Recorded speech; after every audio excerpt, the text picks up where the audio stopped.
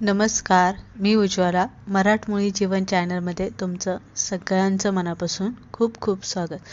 आज आपण खास करून दिवाळीच्या फराळामधला सगळ्यांना आवडणारा तो म्हणजे जाळीदार अनारशाचं पीठ कसं बनवायचं ही रेसिपी बघतोय. चला पटकन रेसिपीला सुरुवात करू. रेशनचा तांदूळ मी इथे घेतलेले. रेशनचं तांदूळ किंवा एखादं सुगंधी तांदूळ जे तुमच्याकडे असेल ते तुम्ही इथे आंबेमोहराचं घेऊ शकता, बासमती घेऊ शकता, कोलम घेऊ शकता. फक्त तुम्हाला इथे इंद्रायणी तांदूळ घ्यायचं नाही. इंद्रायणी तांदूळ सोडून तुम्ही बाकीचं कोणतंही तांदूळ इथे वापरू शकता. आता इथे मी साधारणतः अर्धा किलोच्या प्रमाणामध्ये आणि वाटीने म्हटलं तर 2 वाट्या असं इथे रेशनचं तांदूळ घ्यायचं. 4 ते 5 पाण्याने चांगलं चोळून धुवायचं आणि 3 दिवस हे तांदूळ आपल्याला भिजायला ठेवायचं. रोज याचं पाणी बदलायचं. आता मी इथे सकाळी हे तांदूळ भिजत घालते. साधारणतः घड्याळामध्ये 9 वाजलेले. रोज संध्याकाळी हे पाणी मी इथे बदलणार आहे. तुम्ही जर संध्याकाळी भिजत घातलं तर रोज सकाळी याचं पाणी बदलायचं. तांदूळ धुवायचा वगैरे अजिबात नाही पाणी बदलताना. फक्त वरचं पाणी जे आहे ते काढून टाकून द्यायचं आणि नवीन पाणी घालायचं. पाणी बदललं नाही तर तांदळाचा आंबूस असा वास येईल. मग अनारशाचं पीठ तुमचं जास्त दिवस टिकणार नाही किंवा अनारशीसुद्धा खाताना मग तुम्हाला आंबूस लागेल.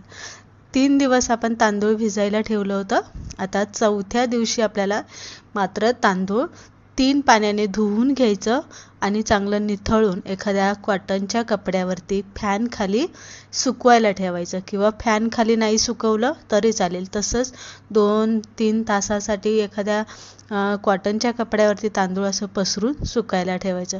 पूर्ण तांदूळ इथे सुकवायचं म्हणजे कसं वाळून घ्यायचं नाही. फक्त दमट असेपर्यंत आपल्याला सुकायचं. फक्त त्याच्यातला जो ओलसरपणा आहे ना, पाणी हाताला लागलं नाही पाहिजे, पण तांदळामध्ये दमटपणा आपल्याला जाणवला पाहिजे. म्हणजे कडक तांदूळ अजिबात वाळवायचं नाही. आता इथे बघू शकता पाणी हाताला लागत नाही, पण तांदळामध्ये एक दमटपणा आहे, त्यामध्ये एक असा ओलावा आहे, तो लगेच आपल्याला जाणवतो. तर इथे आपण तांदूळ थोडंसं सुकून घेतलं. त्यानंतर ना परत एकदा तुम्हाला दाखवते. तांदळामध्ये ना ओलसरपणा अजिबात नाही आहे आणि तांदूळ हातावरती चोळला तर तांदळाचा भुगा होतोय. म्हणजे इतकं छान असं आपलं तांदूळ इथे भिजलं गेलेलं आहे. तांदूळ वाटताना नेहमी आपल्याला बारक्या भांड्याचा वापर करायचा. मिक्सरचं जे बारकं भांडं असतं ना त्याचा वापर करायचा आणि ते चांगलं बारीक दळून घ्यायचं. दळताना आपल्याला यामध्ये चांगलं असं बारीक असं जसं पीठ आपण गव्हाचं दळून आणतो अगदी तसं दळलं गेलं पाहिजे. रवळसर अजिबात ठेवायचं नाही. आता आपण इथे चाळलं की जी 0 नंबरची जी पीठ चाळायची चाळणी असते ना, जी आपण जिने मैदा चाळतो ती चाळणी आपल्याला घ्यायची आणि त्या चाळणीने आपल्याला हे पीठ 2 वेळा चाळून घ्यायचं. म्हणजे त्यातला रवळसर जर कण राहिले असेल मोठे तांदळाचे तर ते निघून जाईल. इतकं बारीक स्मूथ आणि दमटसर असं हे पीठ पडलं पाहिजे. इथे बघू शकता दुसऱ्यांदा मी जेव्हा चाळते तेव्हा याचं पूर्ण कण जे असतात ते निघून जातात. तर याच पद्धतीने इथे आपण बाकीचं सगळं पीठ आहे ना ते मिक्सरला बारीक असं दळून घेणार आहे. आता पीठ आपलं दळून झालं की यामध्ये आपल्याला गूळ घालायचा आहे. आता गुळाचं प्रमाण ना आपल्याला काय होतं, कधी कधी चुकलं जातं. गूळ जास्त झाला तर तेलामध्ये ना अनारशी विरघळण्याची शक्यता असते.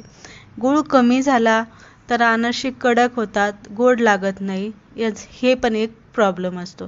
यामध्ये आपल्याला विलायची टेचून घालायची आहे, विलायची पावडर, जायफळ पावडर किंवा जायफळ आपल्याला यामध्ये किसून घालायचं आहे.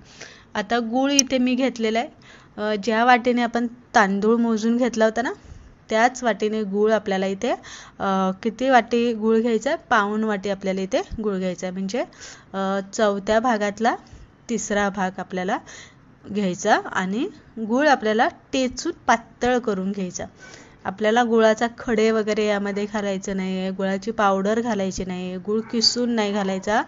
गूळ आपल्याला एखाद्या खलबत्त्यामध्ये घालून चांगला टेचून पातळ करायचा आणि मग हा गूळ आपल्याला पिठामध्ये घालायचा.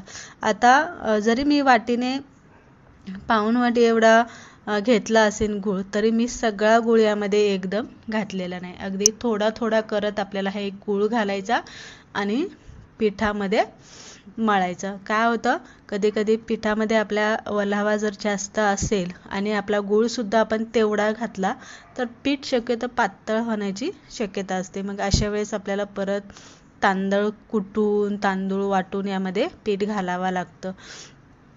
तर आपल्याला एकदम गूळ घालायचं नाही, थोडं थोडं करून पूर्ण गूळ पिठामध्ये मिक्स करायचा. पीठ आपल्याला चांगलं इथे मळून घ्यायचं. तर इथे तुम्ही बघू शकता मी गूळ मळून घेतलेला आहे. आता जरी तुम्हाला असं वाटत असेल की हे अजून कडक आहे, पिठाचा भुगराच होते, तर नाही. आपला हाताने आपण जेव्हा मळतो तेव्हा आपल्या हाताच्या ओढीने पीठ पातळ होतं आणि गुळाला सुद्धा पाणी सुटतं, म्हणजे आपलं गूळ व्यवस्थित त्यामध्ये मुरला जातो. थोडंसं मळायला वेळ लागतो, मळून घ्यायचं. 10-15 मिनटं आपल्याला लागतात याचा गोळा बनवायला, पण मळत राहायचं आणि याचा गोळा बनवून घ्यायचा. आता हा गोळा पिठाचा बनवून झाला की 3 दिवस आपल्याला हे पीठ एखाद्या डब्यामध्ये झाकून ठेवायचं आणि तिसऱ्या दिवशी तुम्ही ह्या पिठाची अनारशी इथे बनवायला घेऊ शकता. जेवढी अनारशी बनवायची तेवढीच तुम्ही अनारशी बनवून बाकीचं पीठ जरी तुम्ही झाकून फ्रीजमध्ये ठेवलं ना तरी ते महिनाभर टिकतं. तर इथे बघू शकता एवढा गूळ आपला उरलेला आहे. पीठ छान आपलं बनवून तयार झालेलं आहे.